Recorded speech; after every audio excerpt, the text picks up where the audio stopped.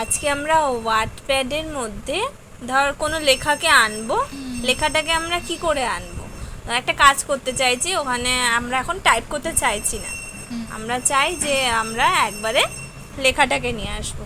তার জন্য আমাদের কি করতে হবে, চল দেখি। তো আমরা এবার কি লিখবো, এখান থেকে কিবোর্ড থেকে ইজুয়াল টু সাইন দেবো, ইজুয়াল টু সাইন দেওয়ার পরে লিখবো র্যান্ড, RAND, র্যান্ড। র্যান্ড লেখার পরে ফার্স্ট ব্র্যাকেট ওপেন করব প্লাস ফার্স্ট ব্র্যাকেট ক্লোজ করব। এটা করার পরে এবার আমাদের সব কি লিখতে হবে, সব কিন্তু আমাদের স্মল লেটারে লিখতে হবে। স্মল লেটারে লেখার পরে এবার কমপ্লিট হয়ে গেছে, আমাদের ফার্স্ট ব্র্যাকেট ওপেন করতে হবে প্লাস ক্লোজ করতে হবে। ক্লোজ করার পরে এন্টার দিতে হবে, এন্টার দিলে চলে আসলো আমাদের টোটাল লেখাটা।